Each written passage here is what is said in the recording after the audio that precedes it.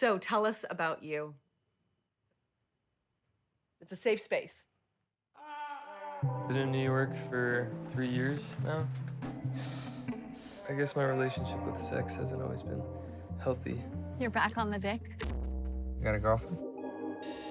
Age? 26 and a half. Are you seeing someone? You still won't kiss me in public. Why not? No one's watching. But he's great.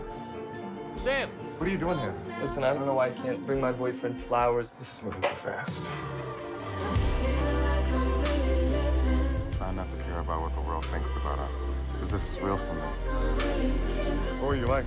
What was I like what? Growing up. You can talk to me. I'll listen. Seeing doctors, you mean? We did all the tests, nothing came up. You're good. I love you, you know that?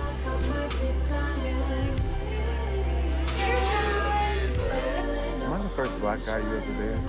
What was that supposed to mean? I hope everything works out. Feel like I'm really giving, making my own decisions, creating my own religion.